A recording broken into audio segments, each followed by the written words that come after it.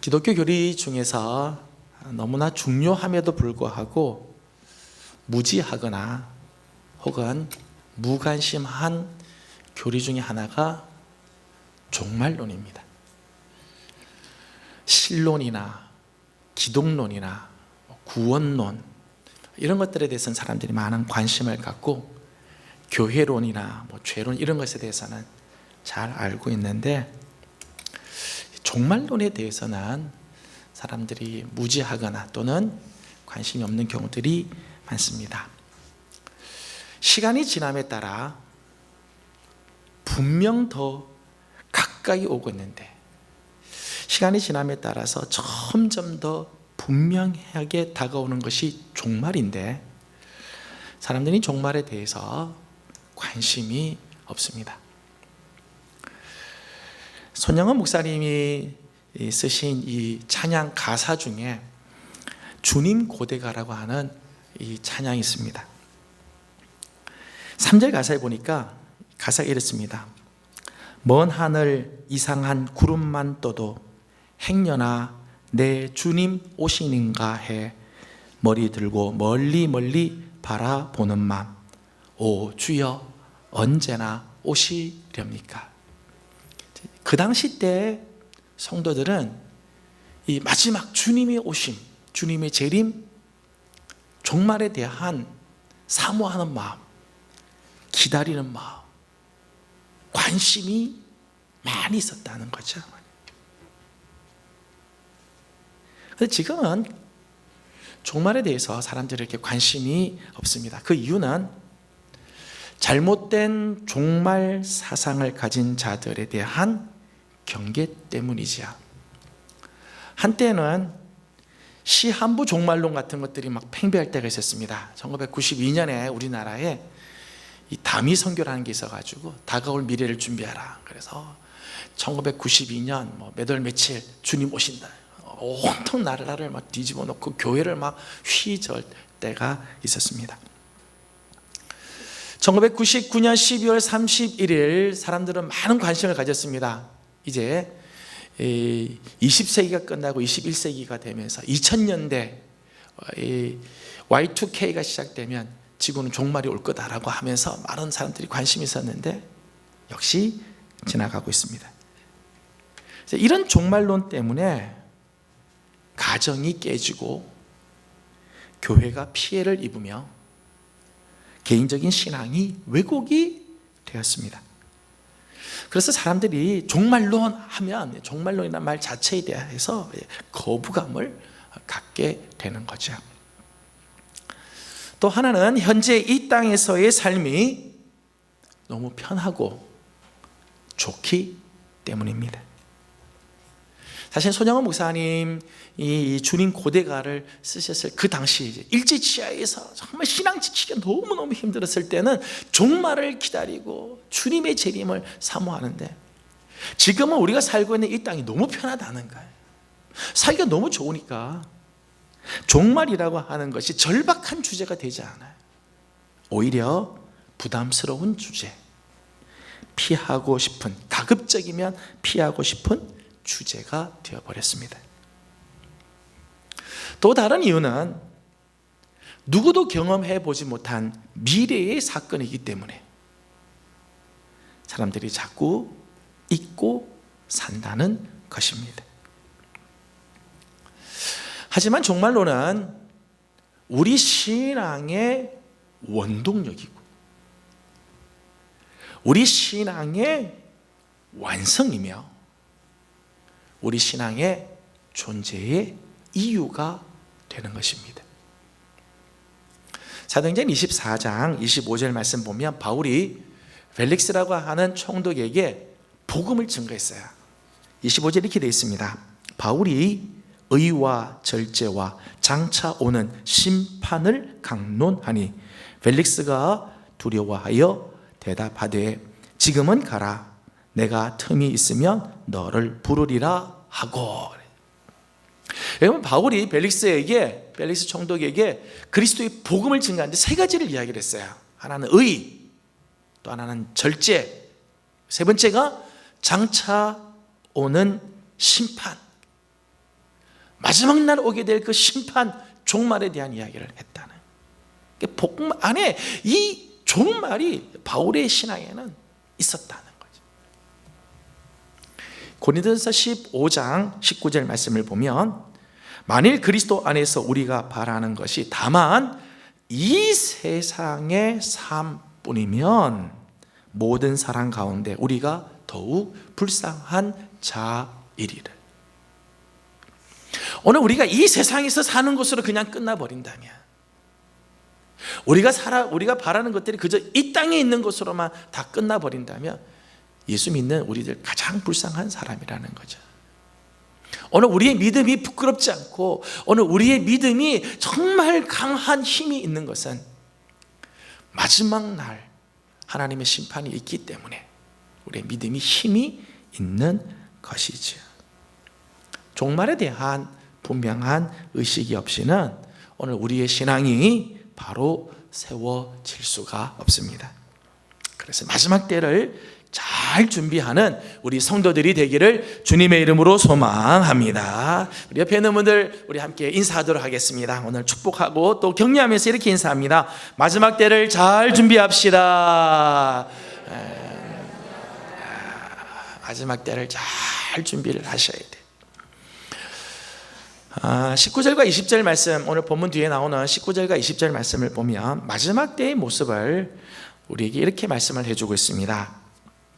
이는 그날이 환난의 날이 되겠습니다.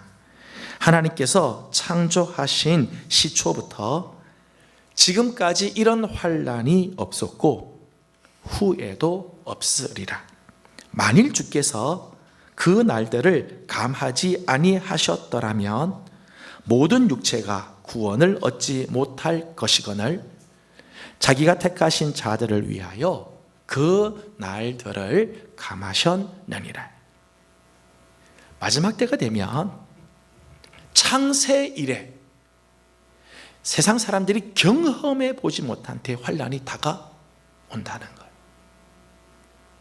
마지막 때가 되면 그 환란이 얼마나 큰지 주님께서 그 날을 감해 주지 않으면, 주님께서 그 날을 감해 주지 않으신다면 그 어떤 육체도 구원을 얻지 못할 정도라는 거예요. 그 마지막 때는 이런 대환란이 다가오게 된다. 예수 믿는 사람이다 안 믿는 사람이다 하여튼 이 대환란이 다가오게 돼 있어요. 문제는 이 마지막 때가 언제 오는지 아무도 모른다는 사실입니다. 엄청난 대환란이 다가오게 될 텐데 이게 언제인지 모른다는 거예요. 32절에 있는 말씀을 보면, 그러나 그 날과 그 때는 아무도 모르나니 하늘에 있는 천사들도 아들도 모르고 아버지만 아시느니라. 그 마지막 때는 하나님만 아시지 아무도 모른다는 거예요. 천사도, 심지어는 당신도 모르신다는 거예요. 사도행전 1장 6절과 7절 말씀을 보면 예수님께서 승천하기 직전에 제자들이 예수님께 묻습니다. 그들이 모였을 때 예수께 여쭈어 이르되 주께서 이스라엘 나라를 회복하심이 이때니까 하니 이르시되 때와 시기는 아버지께서 자기의 권한에 두셨으니 너희가 알 바 아니라. 때와 시기는 하나님이 아시고 하나님의 권한에 속하 있는 것이니 우리는 알 수가 없다는 거죠. 자, 엄청난 대환란이 올 텐데 그 날을 모른다. 이게 얼마나 참 불안한 일이고 얼마나 두려운 일이겠습니까? 근데 오늘 말씀을 보니까 참 감사한 것은 그 마지막 때 이런 엄청난 대환란이 오기 전에 먼저 징조가 있을 것이라는 거예요. 징조가 있을 거예요. 마지막 때가 언젠지는 모르지만은 마지막 때가 오기 전에 주님께서, 하나님께서 우리에게 마지막 때에 대한 징조를 보여주신다는 거예요. 4절 말씀을 보면 제자들이 예수님께 말합니다. 우리에게 이르소서 어느 때 이런 일이 있겠사오며 이 모든 일이 이루어지려 할 때에 무슨 징조가 있사오리까? 이게 제자들의 질문이죠. 언제 이런 일들이 있습니까? 라는 이 제자들의 질문에 주님께서는 그때 나타날 징조에 대해서 말씀해 주셨어요. 이게 오늘 본문의 말씀입니다. 이런 징조가 보이면 이제 곧 마지막 때가 다가올 것을 알라는 거예요. 어느 날 몇 년 몇 월 며칠에 종말이 오는지 이건 우리가 알 수 없지만은 분명히 종말이 오기 전엔 반드시 이런 징조들이 나타날 텐데, 이런 징조를 보면 마지막 때가 곧 다가옴을 알고 대비하고 준비하라는 것이죠. 오늘 본문에는 마지막 때에 나타나게 될 징조를 몇 가지를 소개를 해 주었습니다. 첫 번째 징조는 미혹입니다. 미혹. 5절과 6절 말씀을 같이 읽도록 하겠습니다. 5절 6절 다 같이 읽습니다. 시작. 예수께서 이르시되 너희가 사람의 미혹을 받지 않도록 주의하라. 많은 사람이 내 이름으로 와서 이르되 내가 그라 하여 많은 사람을 미혹하리라. 아멘. 마가복음 13장에는 이 미혹이라고 하는 단어가 여러 번 나와요. 여러 번. 미혹. 마귀는 마지막 때에 미혹의 영을 보내서 사람들을 미혹한다는 거예요. 혼미케 만든다는 거예요. 여러분, 이 미혹은 우리 성도들에게, 신앙을 갖는 우리 성도들에게는 아주 치명적인 위험이에요. 치명적인 위험. 정말 말세에 우리가 조심해야 할 건요, 이 미혹이에요. 미혹의 영에 사로잡히면 정상적인 사고나 판단을 하지 못해요. 미혹의 영이 들어가면 정상적인 사고, 정상적인 판단이 안 돼요. 이성이 마비가 되고 신앙의 양심이 눈멀게 됩니다. 멀쩡한 사람이 빤히 보이는 거짓말이 넘어가요. 아무리 권면을 해도 듣지 않습니다. 헛된 것을 따르고 헛된 것을 막 신봉하게 돼요. 평소 예수를 잘 믿는 줄 알았는데 어느 날 도저히 이해할 수 없는 판단을 하고 고집을 피웁니다. 미혹의 영에 사로잡혔기 때문입니다. 이 미혹의 영이 이렇게 무서워요. 미혹의 영이 사로잡히면 이제까지 믿었던 거 다 없고 거기에 빠져버립니다. 계시록 12장 12절 말씀을 보면 그러나 땅과 바다는 화 있을진저 이는 마귀가 자기의 때가 얼마 남지 않은 줄을 알므로 크게 분내어 너희에게 내려갔음이라 하더라. 여러분 말씀 보십시오. 마귀는 자기의 때가 얼마 남지 않은지를 알고 있다는 거예요. 이제 곧 종말이 막 다가오는 걸 안다는 거예요. 때문에 할 수만 있으면 한 사람이라도 더 진리에서부터 벗어나게 만들고 타락하게 만들고 구원의 길에서 벗어나게 만들려고 한다는 거예요. 자기 때가 얼마 남지 않으니까 더 발악을 한다는 거예요. 그래서 22절 말씀을 보게 되면 22절은 이렇게 말씀을 합니다. 다 같이 한번 읽어보도록 합니다. 시작. 거짓 그리스도들과 거짓 선지자들이 일어나서 이적과 기사를 행하여 할 수만 있으면 택하신 자들을 미혹하려 하리라. 아멘. 마지막 때 사탄이 온 땅에 미혹의 영을 막 뿌려서 할 수만 있으면 택하신 자들을 미혹하게 한다는 거예요. 여러분 마지막 때에 사탄이 사람들을 미혹하고 성도들을 미혹하기 위해서 사용하는 게 무엇입니까? 6절 말씀을 다시 한번 보시죠. 6절 말씀을 같이 한번 읽습니다. 시작. 많은 사람이 내 이름으로 와서 이르되 내가 그라 하여 많은 사람을 미혹하리라. 아멘. 마지막 때는요 그리스도의 이름으로 와서 거짓 그리스도 행세를 하는 사람들이 많아진다는 거예요. 그리스도의 이름으로 온다는 거예요. 그리스도 행세를 하는 거죠. 여러분 우리나라에요 자칭 하나님, 자칭 재림 예수, 자칭 보혜사가요 70명이 된대. 지금 현재 우리나라에요 70명이 자칭 하나님이라고 그러고요, 자기가 자칭 재림 예수라고 그러고 자기가 자칭 보혜사라고 그래요. 그런데 미혹의 영이 들어가면 이렇게 말하는데도 믿고 따른다는 거예요. 자기가 하나님이라고 이야기하는데 사람들이 그걸 믿고 헌신하고 온갖 자기의 모든 것들 다 갖다 바친다는 거예요. 미혹의 영이 들어가는 거예요. 뿐만 아니라 22절 말씀 보면 저들이 일어나서 이적과 기사를 행하여 사람들을 미혹한다 말씀합니다. 이 사람들이요 거짓 그리스도이지만, 저들이 그리스도 행세를 하는 사람들이지만 저들에게도요 기적들이 나타나고 이적들이 나타난다는 거야. 그러니까 사람들이 미혹이 되는 거예요.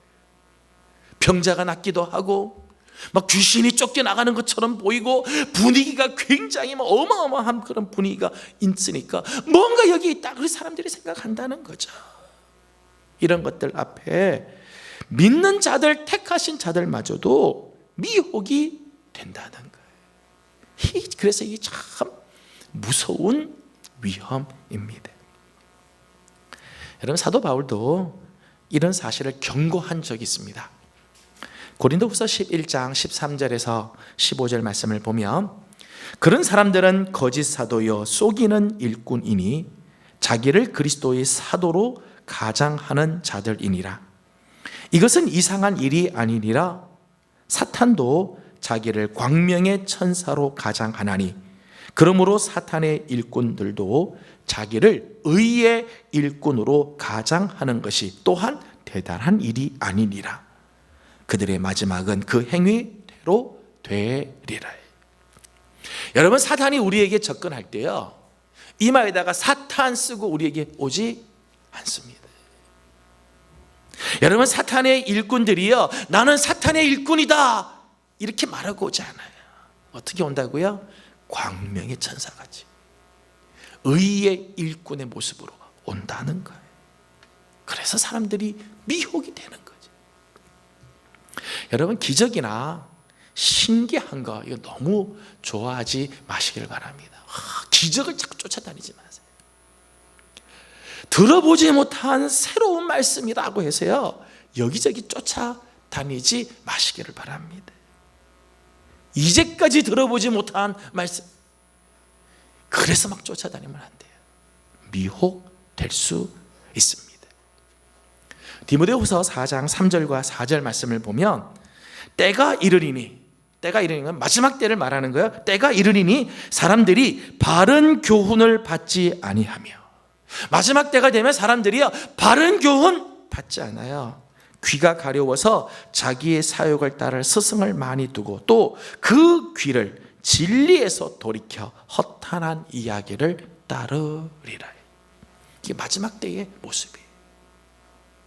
마귀는 어떻게든지 사람들을 미혹해서 진리의 말씀을 듣지 않고 진짜 하나님의 말씀을 듣는 게 아니라 허탄한 이야기를 듣게끔 만든다는 거예요. 특별히 신앙이 순수하신 분들은요 조심하셔야 돼요. 제가 이제 목사로서 권면을 하는데 신앙이 순수하신 분들은요 특별히 조심하셔야 돼요. 깨끗하게 신앙생활 하시는 분들은요 각별히 주의하셔야 돼요. 왜냐하면 이런 분들은 모든 것들을 순수하게 그냥 받아들이기 때문에 그래요. 순수하니까요 보이는 대로 그냥 믿고요. 그렇다고 그러면 그런 줄 안다는 거예요. 그렇기 때문에 조심하셔야 돼요. 마귀는 어떻게 해서든지 성도들을 넘어지게 하기 위해 온갖 수단과 방법을 동원해서 미혹한다는 사실을 기억하시기를 소망합니다. 아멘. 두 번째 징조는 난리와 난리의 소문입니다. 7절 말씀을 다 같이 읽도록 하겠습니다. 시작. 난리와 난리의 소문을 들을 때에 두려워하지 말라. 이런 일이 있어야 하되 아직 끝은 아니니라. 아멘. 마지막 때가 되면 곳곳에서 난리가 막 일어나고 난리의 소문이 퍼지게 된다는 것입니다. 어떤 난리가 일어나느냐? 8절 말씀을 보니까 8절 말씀이 이렇게 기록했어요. 같이 읽겠습니다. 시작. 민족이 민족을, 나라가 나라를 대적하여 일어나겠고 곳곳에 지진이 있으며 기근이 있으리니 이는 재난의 시작이니라. 아멘. 민족과 민족, 나라와 나라 사이에 대대적인 민족적인 다툼과 국가적인 전쟁 같은 난리가 일어난다는 거예요. 마지막 때가 되면 이런 대대적인 이런 난리들, 전쟁, 다툼, 갈등 이런 것들이 막 나오게 된다는 거죠. 그런가 하면 12절 말씀을 보면 12절 말씀에는 나라와 나라만이 아니에요. 12절을 같이 읽습니다. 시작. 형제가 형제를, 아버지가 자식을 죽는 데 내주며 자식들이 부모를 대적하여 죽게 하리라. 아멘. 마지막 때가 되면 가정 안에서도 서로 죽는 자리에 내주는 이런 끔찍한 일들이 일어나게 된다는 것입니다. 그 마지막 때의 모습이 민족과 민족, 나라와 나라, 심지어 가정 안에서조차도 이런 불화들이 일어납니다. 근데 이 말씀은 사실은 이사야 19장 2절의 말씀, 이미 예언된 말씀이에요. 이사야 19장 2절 말씀을 보면 내가 애굽인을 격동하여 애굽인을 치리니 그들이 각기 형제를 치며 각기 이웃을 칠 것이요 성읍이 성읍을 치며 나라가 나라를 칠 것이며. 마지막 때에 하나님께서 이 땅에 하나님이 마지막 때 이제 모습을 이제 보여주시는 예언의 말씀이죠. 형제가 형제를 치고 각기 이웃들을 서로 치고 성읍이 성읍을, 나라가 나라를 치는 일들이 일어나게 될 거다. 미가서 7장 6절 말씀을 보니까 미가서에서도 이런 예언을 했어요. 아들이 아버지를 멸시하며 딸이 어머니를 대적하며 며느리가 시어머니를 대적하리니 사람의 원수가 곧 자기의 집안 사람이로다. 마지막 때가 되면 집안 사람들끼리가 서로 원수가 될 징조까지 되어진다는 거예요. 하지만 이런 난리로 역사가 끝이 나는 게 아니죠. 마지막 때가 일어날 재난의 시작일 뿐이라는 거예요. 이런 난리들이 막 일어날 텐데 이런 난리로 역사가 끝나는 게 아니라 이제부터 마지막 때가 시작이 된다. 재난이 이제 시작된다는 거예요. 이런 난리의 소문이 들려오면 이제 마지막 때가 시작되었음을 깨달으라는 것이죠. 오늘 말씀을 보니까 이 난리는 단순한 전쟁, 단순히 인간적인 갈등, 가정 안에서 일어나는 일상적인 불화가 아니에요. 오늘 이 난리는요, 사실은 그리스도를 믿는 신앙 때문에 받는 거예요. 9절 말씀을 보니까 이렇게 되어 있습니다. 9절 같이 한번 읽어보죠. 시작. 너희는 스스로 조심하라. 사람들이 너희를 공회에 넘겨주겠고 너희를 회당에서 매질하겠으며 나로 말미암아 너희가 권력자들과 임금들 앞에 서리니 이는 그들에게 증거가 되려 함이라. 아멘. 여기 보면 이 환란이 왜 오느냐, 이 난리가 왜 일어나느냐, 나로 말미암아, 그리스도를 믿음으로 말미암아. 13절에도 그렇게 돼 있죠. 또 너희가 내 이름으로 말미암아 모든 사람에게 미움을 받게 될 것이다. 예수 믿지 않았으면 당하지 않아도 되는 환난을 예수 믿음으로 말미암아 당하게 된다는 거예요. 마지막 때가 되면 믿는 성도들에게 대대적인 난리들이 일어나게 된다는 거예요. 예수 믿는 것 때문에 고난을 당하고 예수 믿는 것 때문에 억울한 일들을 당하게 되어진다는 거죠. 뿐만 아니라 마지막 때가 되면 곳곳에서 지진과 기근과 같은 천재지변이 일어나게 된다는 것입니다. 땅이 흔들리고 갈라지는 물리적인 지진뿐만 아니라 우리의 마음과 생각을 흔들어 놓는 정신적인 지진, 우리의 영혼을 뒤흔들어 놓는 영적인 지진들이 일어나게 될 것입니다. 이제까지 갖고 있던 가치관들이 막 무너지는 날이 올 거예요. 이제까지 갖고 있던 신앙관이 막 흔들리는 날이 올 겁니다. 정상적인 판단을 흔들어 놓는 이런 지진과 같은 일들이 일어나게 된다는 것입니다. 또 도처에서는 심각한 기근의 소문이 들려오게 된다는 거죠. 먹을 양식이 없어서 굶주리는 육신적인 기근만이 아니라 우리의 영혼이 줄여서 피폐해지는 영적인 기근이 오게 될 것입니다. 굶주림의 이 탄식, 굶주린 자들의 이 탄식 소리가 막 나오게 된다는 거예요. 이런 난리의 소문이 들려오면 이제 마지막 때가 점점 다가오고 있음을 깨달으라는 것이지. 세 번째 징조는 멸망에 가증한 것이 서지 못할 곳에 서는 겁니다. 멸망의 이 가증한 것들이 서서 안 될 곳에 서게 되는 일이라는 거예요. 14절 말씀을 다 같이 읽도록 합니다. 14절입니다. 시작.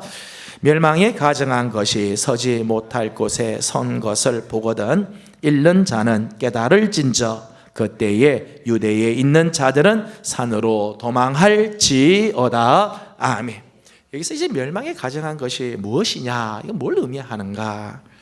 오늘 본문 말씀은 다니엘의 예언과 긴밀한 연관이 있어요. 마태복음에서는 아예 이렇게 있어요. 다니엘의 예언에서 말한 것처럼 그렇게 이제 다니엘의 예언과 긴밀한 연관이 있다는 거죠.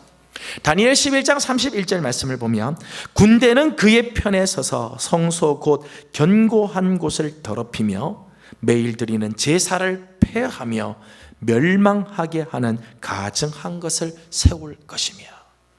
다니엘이 예언한 말, 다니엘 때 이미 이런 예언의 말씀을 했어요. 성소 곧 견고한 것이 더럽혀지고 제사가 폐하게 되고 멸망에 가증한 것이 거기에 서게 될 거다. 언제? 마지막 때. 이 예언은 역사적으로는 BC 168년에 시리아 왕이었던 안티오쿠스 에피파네스라고 하는 왕이 예루살렘을 정복하고 함락합니다. 그리고 나서 성전의 제단을 다 허물어뜨렸어요. 거기에 제우스 올림피우스 상을 세웠습니다. 그러니까 제우스 상을, 이 로마의 신의 상을 세운 거죠. 제우스 올림피우스의 상을 세우고 거기다가 돼지를 제물로 바치게 됐어요. 성경에 보면 돼지는 아주 부정한 짐승이죠. 그래서 하나님께 절대 제사 드릴 수 없는 제물인데 이 성전을 제단을 허물어뜨리고 거기다가 돼지로 제사를 드립니다. 그러므로 이 예언의 다니엘의 예언이 여기 이제 임하게 되었다는 거죠. 멸망에 가증한 것은 구약적인 의미로는 혐오의 대상입니다. 손으로 만든 우상을 말하는 거예요. 우상을. 문자적인 의미로 보면 그것으로 말미암아 멸망을 초래하게 하는 가증한 것, 이런 뜻이에요. 그것으로 말미암아 멸망을 초래하게 되는 가증한 것. 마지막 때가 되면 이런 가증한 것이 서서는 안 될 곳, 서지 못할 곳, 곧 거룩한 곳 성소에 서게 된다는 것입니다. 여러분, 거룩한 교회 안에 멸망에 가증한 것들이 자꾸 들어오기 시작하면 마지막 때가 다가왔음을 깨달으셔야 하는 것입니다. 최근 한국 교회는 몇 가지 문제 때문에 이제 골치를 앓고 있습니다. 아주 힘겨운 싸움을 싸우고 있습니다. 하나는 이단 사입이 문제예요. 또 하나는 동성애 문제입니다. 그리고 또 하나는 반기독교적인 분위기입니다. 지금 한국 교회가 정말 힘들어하는 이 골칫덩어리 문제예요. 이단 사입이, 동성애, 반기독교적인 분위기. 그런데요, 이 세 가지가요, 오늘 말씀해 보면 마지막 때의 징조들과 긴밀한 연관이 있어요. 아주 깊은 연관이 있다. 여러분, 이단 사이비 종교 때문에 얼마나 많은 교회가 열병을 앓고 얼마나 많은 성도들이 실족하고 있어요. 우리 청에서는 이단 사이비 경계령을 내렸습니다. 이단 사이비 절대 가면 안 된다. 경계령을 내릴 정도로. 여러분, 이단과 사이비는요, 기독교 정통과 비슷한 것 같아도 절대 진리가 아니죠. 절대 생명이 아닙니다. 절대 그 안에 생명이 없어요. 그런데 지금 보십시오. 교회는 점점점 줄어가고 있는데요, 이단은 점점점 늘어가고 있어요. 교인 숫자는 점점점 줄어가는데 이단의 세력은 점점점 커져가고 있습니다. 그만큼 성도들이 미혹되어 넘어가고 있다는 거죠. 저는 현대에 있어서 멸망에 가증한 것 중에 하나는 동성애라고 생각합니다. 이 세상을 멸망으로 끌고 가는, 멸망을 초래하는 가증한 것.